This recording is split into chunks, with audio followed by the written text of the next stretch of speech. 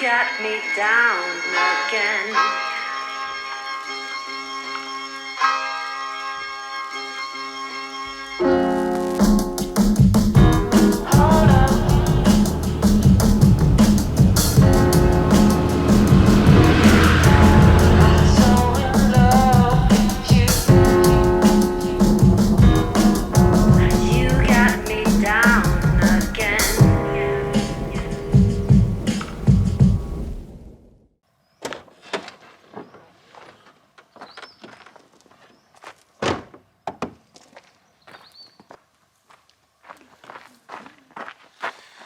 G'day guys and welcome back to another episode. As promised, I thought I'd do a bit of a rig rundown on the big Gu Patrol. It's had one hell of a birthday lately.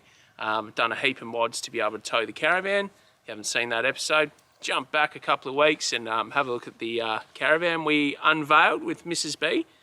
Now I'm out here with the kids, so we're at a majestic location, so I thought no better time. We've got the fire going, we're going to cook some lunch, but I thought I'd do a bit of a rig rundown on the Gu Patrol. Show you some of those new mods that I've done. Might save you some money, might think about doing those mods yourself. So sit back, crack a beer, and let's jump into it. So I thought we'd go front to back. So starting at the front, bull bar. Every man and his dog's got one. Mine's an ARB one. It's 300 bloody years old. I got it off a good mate of mine, old granddad Jez, who's been instrumental in getting the Patrol ready. I can't thank that bloke enough. But yeah, bull bar, ARB, winch bar, King's Dominator winch in it. Hasn't let me down, but yeah, try not to bag out their product. XTM lights, they're new, so I got those on clearance from BCF. They were $40 for both, so I thought why not. Did have King's ones on there.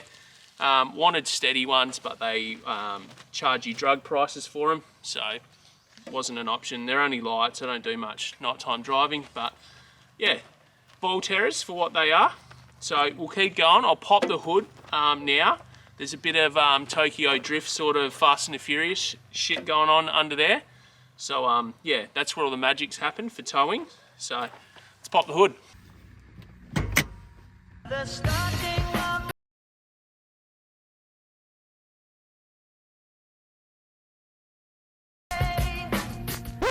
Okay, so not quite some Fast and the Furious stuff, but there is some new shiny bits on it.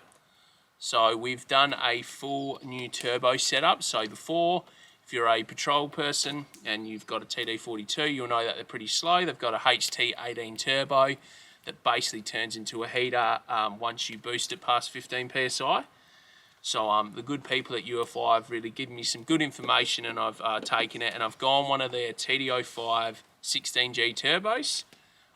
New top mount intercooler, which is thicker and bigger than the factory one. That sort of pairs up with the big bonnet scoop that's on it now. Yeah, have had the car tuned, and it is making about 160 horsepower, 420 newton meters of torque, and it is absolutely an animal. So runs 23 PSI of boost, which gets up and boogies, tows the van, and it is extremely, has improved the driving ability extremely. So a couple of other little mods in here. I've got diff breathers. I've got the big aluminium radiator, which works for my setup. I've never had the Patrol overheat. Touch wood. I never want it to overheat, but yeah, I've got some mods inside, which I'll show you, some Red Arc gear that sort of I recommend most people fit, but we'll jump inside in a minute. That's about all that's going under the bonnet. I'm not going to go through all the boring shit, like everyone's got 2 batteries, everyone's got this, that and that, so I'm just going to go through the main parts I think you guys might want to see. So let's jump inside.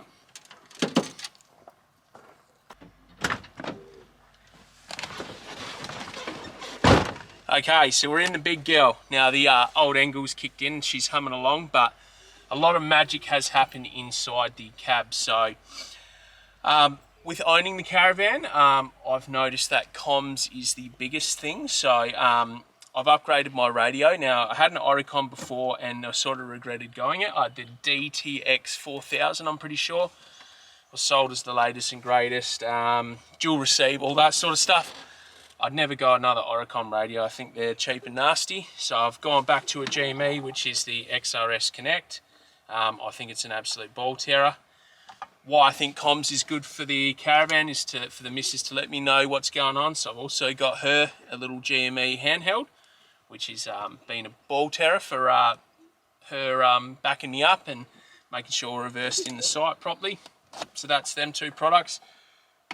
I know I bloody just bagged out Oricon, but I've gone there tyre pressure monitor.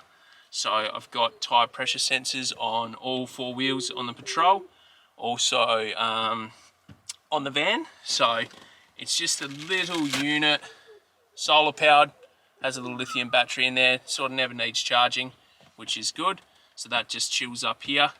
Now, a few of my mates have always, especially Lee, young Lee from the Bush Rats, have always told me there is so much going on your dash. Even more so now, I've got a reverse camera for the van. I've got a dash organiser, which is just full of crap, knives and tyre pressure, let downers, and there's so much going on, lights. One thing I did put in, which has neatened it up, is the Cuano, I think it's pronounced, Customs binnacle gauge. So I run boost EGT, oil pressure coolant, and then my top gauge is for my airbags, which, yeah, they're gauges. I run SAS gauges, and I know a lot of people don't like SAS gauges, but I use a gauge as a gauge, not as true life itself. So it's just to let you know sort of what's going on. I've got, I think they're called the Pro Street SAS gauges. I've never had a problem with them, but yeah, I know a lot of people have. I did say at the front that there's a couple of mods I've done, which I reckon most full drivers should do. That is putting in a temp gauge, so especially if you're towing and you're doing that sort of stuff, towing a boat, doing a lot of beach work, these cars can get hot, and the factory gauges aren't as accurate as you bloody think. Also down here, I've got a red arc low coolant alarm. Now, I'm a mechanic, so that was the first thing I've ever put in, because a lot of times, and you've seen it with a couple of the bigger YouTubers like Trip in a Van, I think their BT50 did it. When you do a coolant hose, your gauge actually drops. So it's not going to shoot up. There's a pressure difference, and your sensor doesn't sort of notice that, and your coolant gauge will actually drop before it gets hot.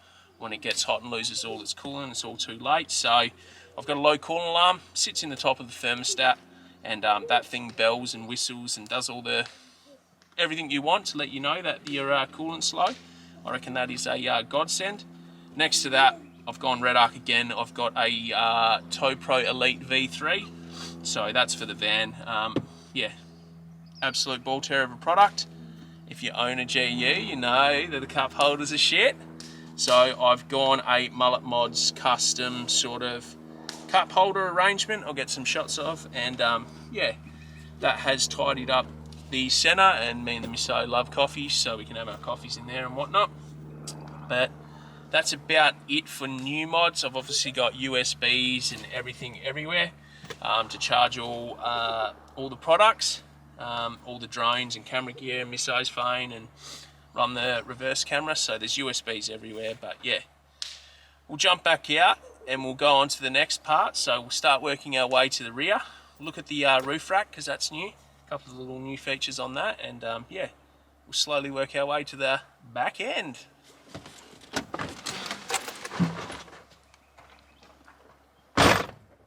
Bit of a new addition to the side of it, my mate Jeff hooked me up with. If you don't know Jeff, here's a shot of his rude head. I swapped him some my factory mirrors for his Sam Hema towing mirrors. So they're new, they're all adjustable. Yeah, he did me a bit of a deal on them. I couldn't justify buying clear views because they pretty much want your soul for them. Pretty happy with them. Behind the camera's my guy Creeber, and he runs them as well. So they're cheap-ish option. Pretty good, eh, Creeber? Yeah, mate, good one. Good ones. So yeah, with towing the van and stuff, I pretty much don't think you could with your factory mirrors. So if you're after a cheaper option than the clear views, I highly recommend the San Hemas. I think about 250 bucks brand new, 300 bucks, and yeah, they're ball terrors. So let's move on.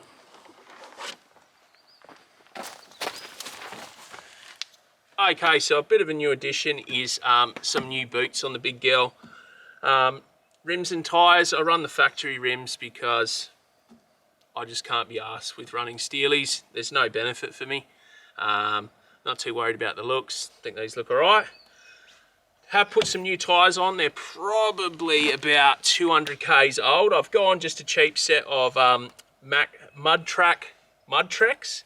A lot of people tried to persuade me into going to 35s, but once I got the Patrol tuned, it wasn't an option. This bloody thing loves these 33s, so I've gone the 33s in a mud terrain. Maybe I should have gone all terrain, but the van has mud terrain, so I didn't want to look like that guy. So yeah, the 285 bucks fitted at your door, so I don't think I can complain. So just over $1,000 for tyres. So yeah, dead happy with them. They don't make noise. They seem to be wearing okay. They're not starting to shit out, even though I've only done 200 Ks on them. Nice and quiet. They're going to do me. I don't do a lot of Ks, and when I do, we'll just send it. So yeah, let's move around into the back. So thought I'd introduce my cameraman for the day. You'd know him.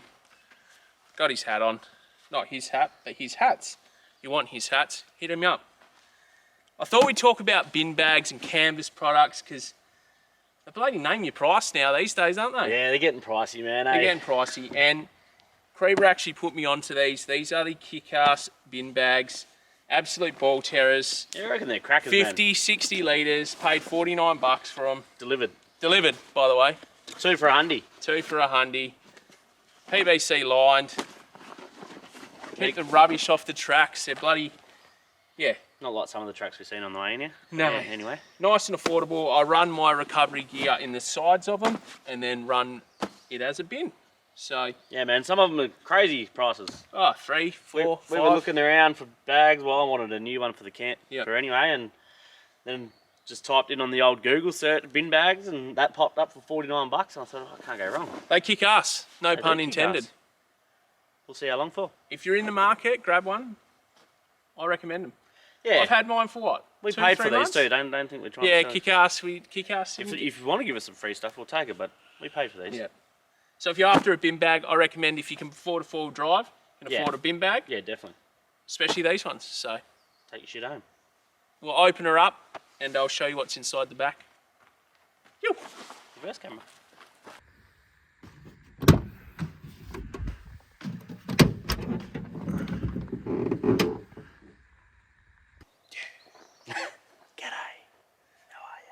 Righto guys, so like everyone who owns a wagon has a set of drawers, so I'm not going to go into that.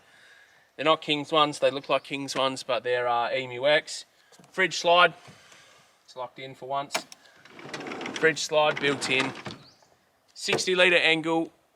I sort of only want to run angles until probably a month ago where I got a Mike Coolman. So yeah, now that I've had a dual zone fridge, Creeper, jump in here because I want your opinion too. Now I've got a dual zone fridge in the caravan. I don't think I'd go back to a single zone again. Nah.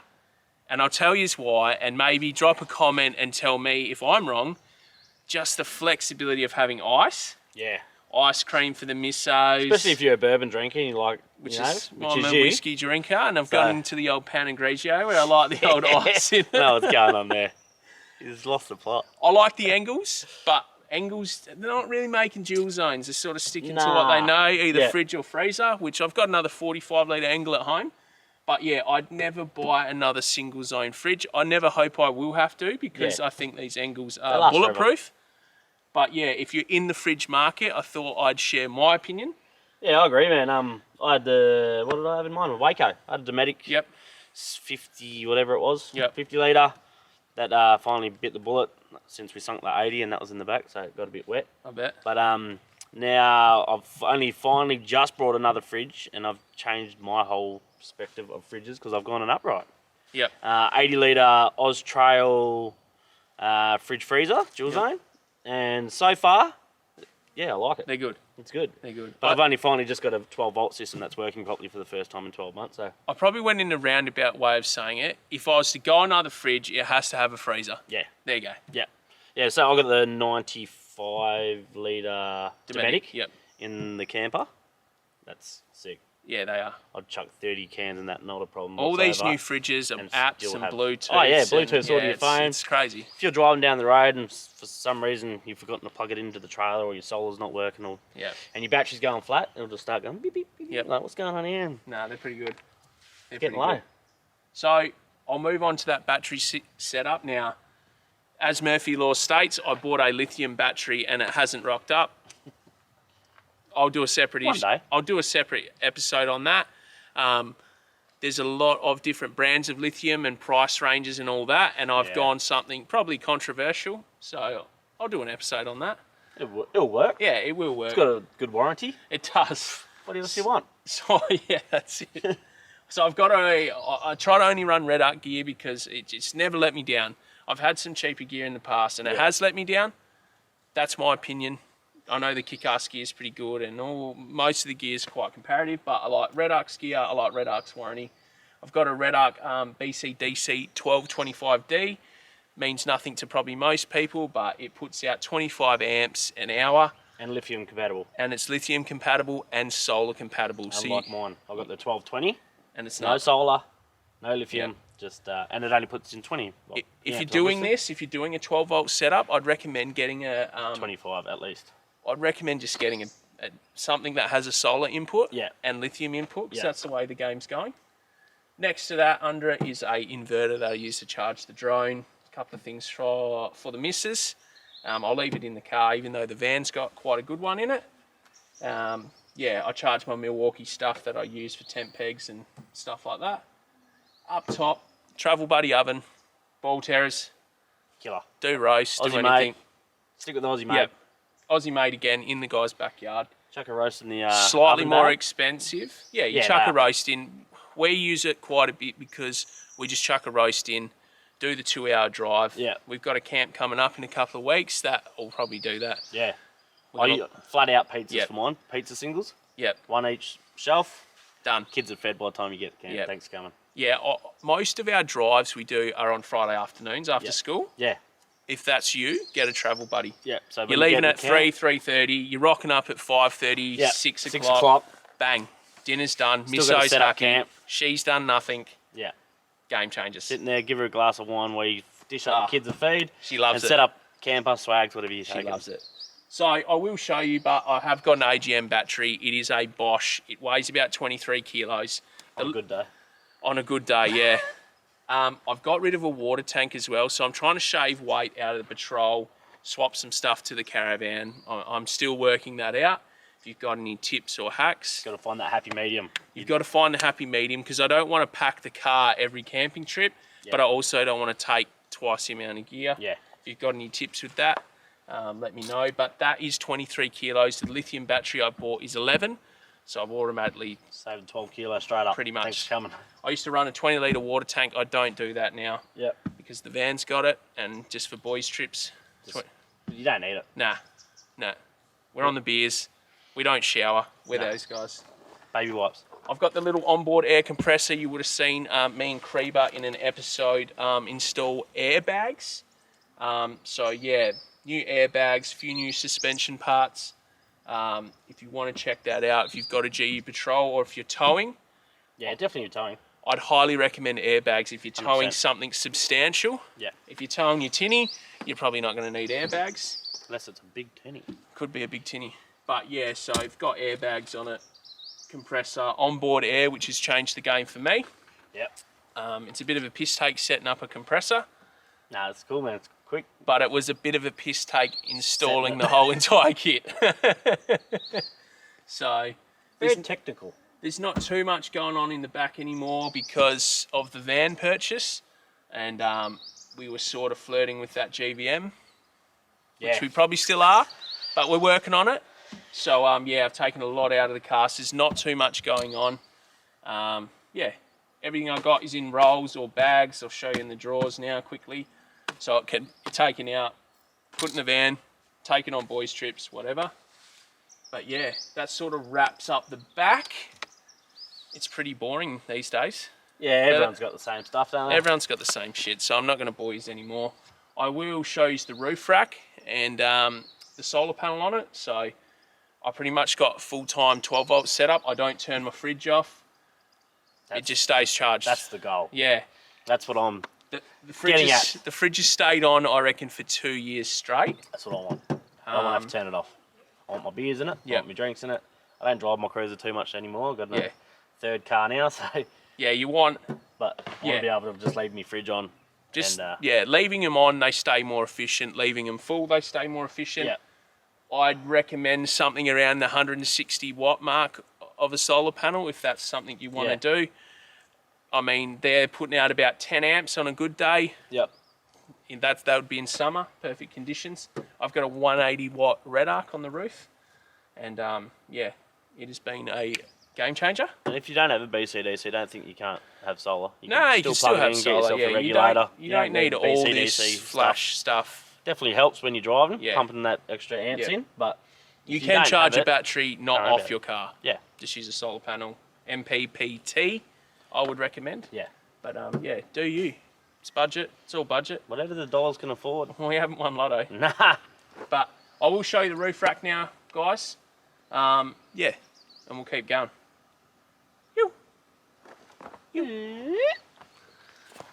Alright guys, so the roof rack is now a King's flat rack. I was going to go an aluminium one, but like most things, drug money. Couldn't justify $1,000 just to hold a swag, some max tracks and a bloody awning and a solar panel. You would have seen this awning, I've done that many episodes on it now. It's a bushwhacker. It was originally going to be going off the car because it was so heavy, but we've managed to save weight with going to the lithium, getting rid of the water tank and sort of rejigging the weights around for the van. 4 max tracks on top with the genuine max tracks holders. Recommend max tracks. Never had a problem with them. Had some cheaper ones, they've snapped and they've still let me down. But yeah, King's flat rack, recommend them, they're cheap.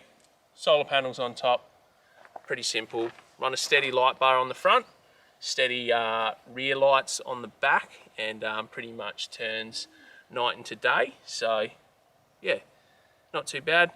We'll wrap up the front, guys, and we'll call it an episode in a minute.